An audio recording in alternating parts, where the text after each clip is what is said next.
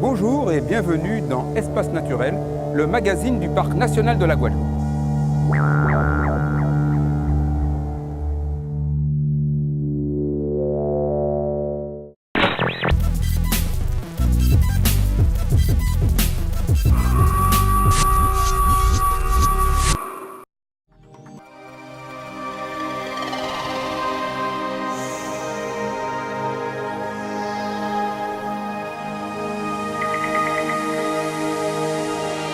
La vie offre la nature à la symphonie du temps. Une terre,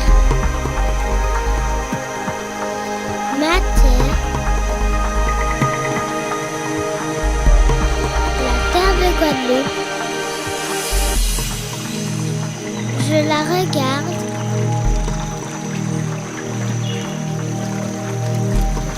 je la découvre, je la protège. Chaque jour, les agents du Parc national de la Guadeloupe veillent à préserver la richesse de la biodiversité de l'archipel guadeloupéen.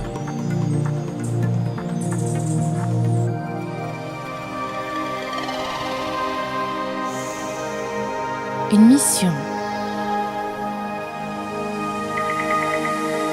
Une passion.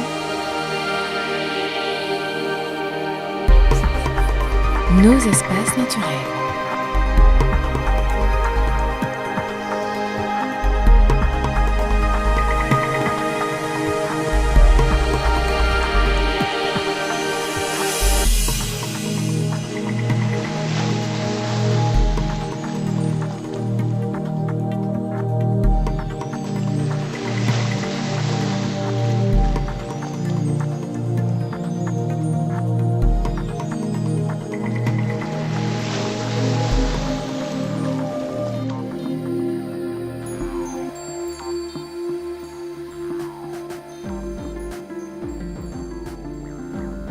Protéger la nature, c'est avant tout veiller à réduire, voire à empêcher la dégradation des espaces naturels qui nous entourent, car ils contribuent à notre qualité de vie.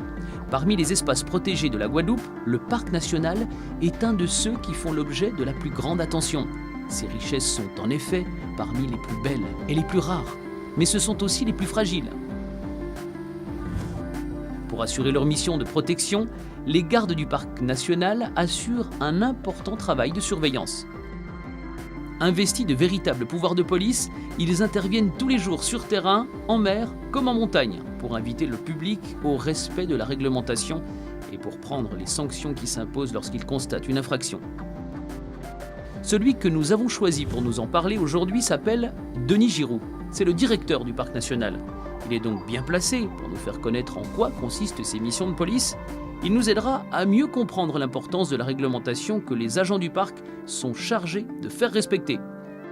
Vous êtes invités à découvrir l'agenda du parc, les infos pratiques et les espaces de vie.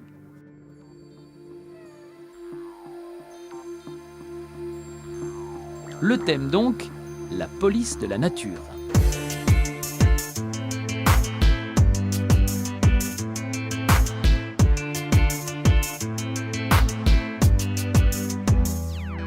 En Guadeloupe, le parc national protège plus de 22 000 hectares, soit environ 10% de la superficie totale de notre archipel. Avec son aire d'adhésion et son aire maritime adjacente, une zone d'influence qui s'étend sur près de 225 000 hectares. Aujourd'hui, plus de 500 000 personnes viennent visiter notre parc national. Certaines, d'ailleurs, de ces personnes ne s'y comportent pas de façon toujours très exemplaire. En 2000 journées de surveillance et de police, les agents du parc dressent chaque année environ 20 procès-verbaux et donnent près de 250 avertissements ou de rappels à la réglementation.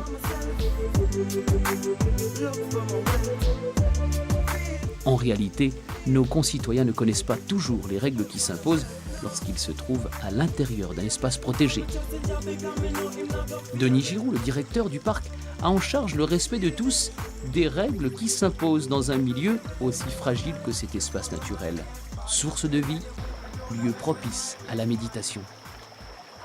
Denis, la fonction première d'un parc national est de protéger les espaces naturels qui lui sont confiés, mais de quels moyens disposez-vous pour assurer cette mission ?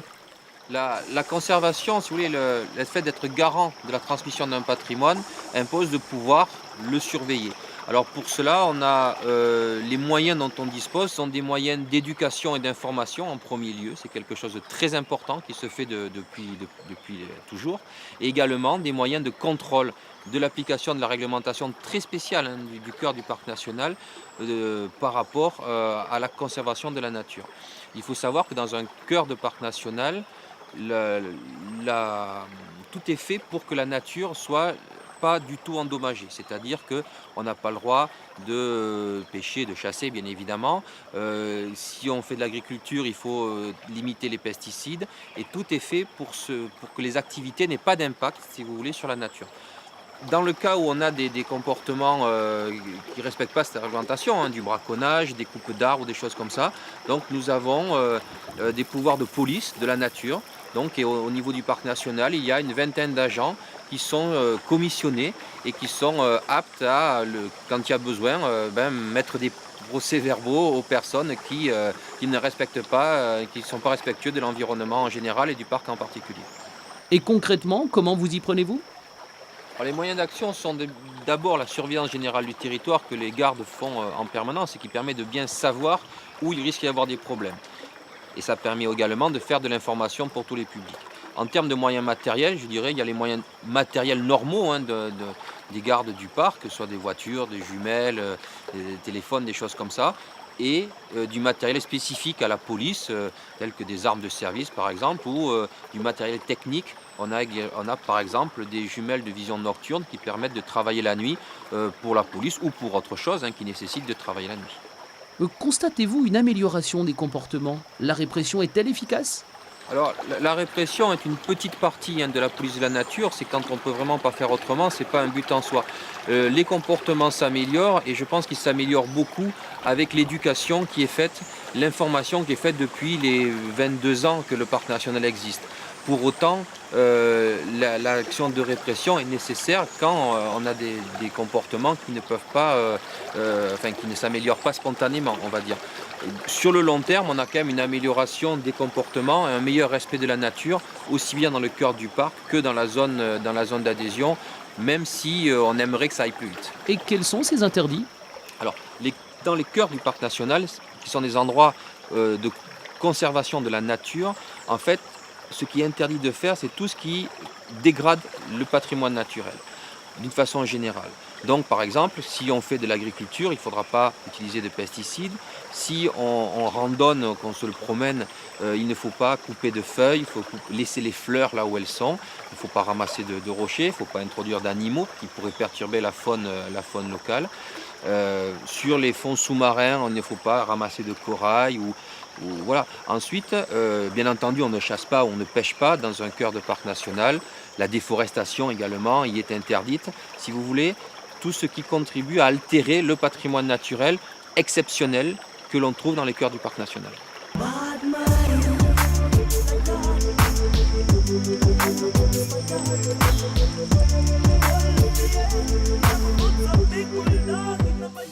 Penser à préserver son environnement, c'est aussi penser aux futures générations. Nos enfants nous diront merci de l'effort que nous devons tous faire. Nature, source de vie.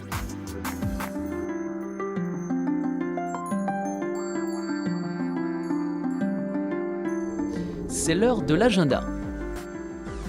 Dans l'agenda du Parc national ce mois-ci, le samedi 10 mars à 18h30 à la mairie de Baillif, réunion publique sur la charte du territoire du Parc national.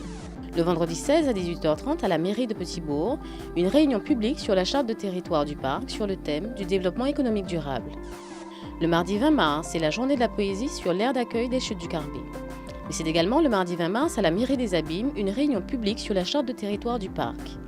Le jeudi 22 mars, journée mondiale de l'eau sur l'aire d'accueil des Chutes du Carbet. Et du 23 au 31 mars, Terra Festival, le festival du film, de l'environnement et du développement durable. Pour tout renseignement, guadeloupe-parcnational.fr 05 90 808 600. Nous sommes allés à votre rencontre.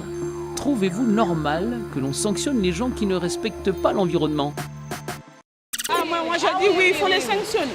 Il faut les sanctionner.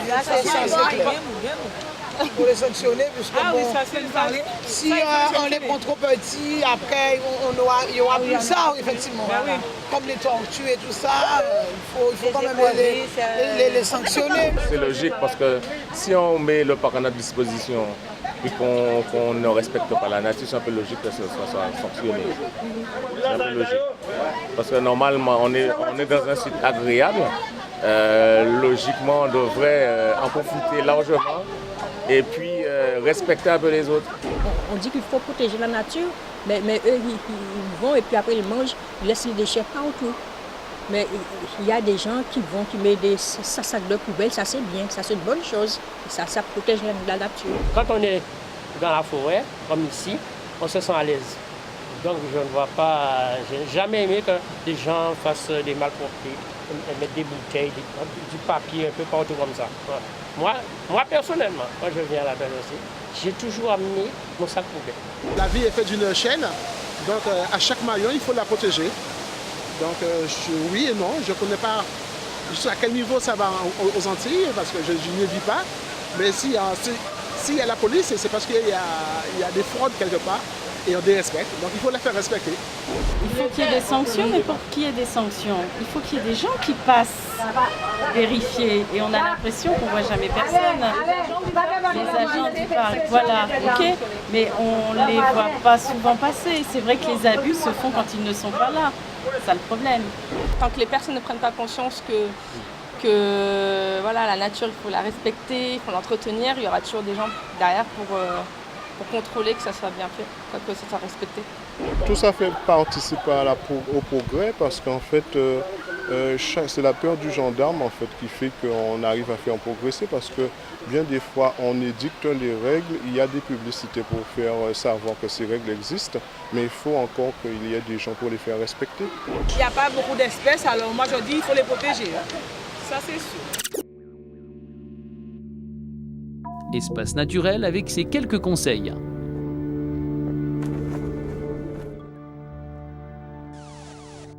Source incontestable de confort, l'électricité est une denrée de plus en plus chère. Chacun doit en faire un usage intelligent en veillant à optimiser le mieux possible sa consommation. Adaptez la puissance des ampoules à la dimension des pièces de votre logement et de leur usage. Pour éclairer une pièce, plutôt que 2 ampoules de plus faible puissance, utilisez une ampoule 2 fois plus puissante. Dépoussiérez régulièrement vos lampes et ampoules. Ce geste simple permet d'améliorer le rendement lumineux de 40%. Enfin, même en veille, les appareils continuent à consommer de l'électricité. La nuit et lorsque vous vous absentez, n'oubliez pas de mettre téléviseur, chaîne IFI ou ordinateur hors tension.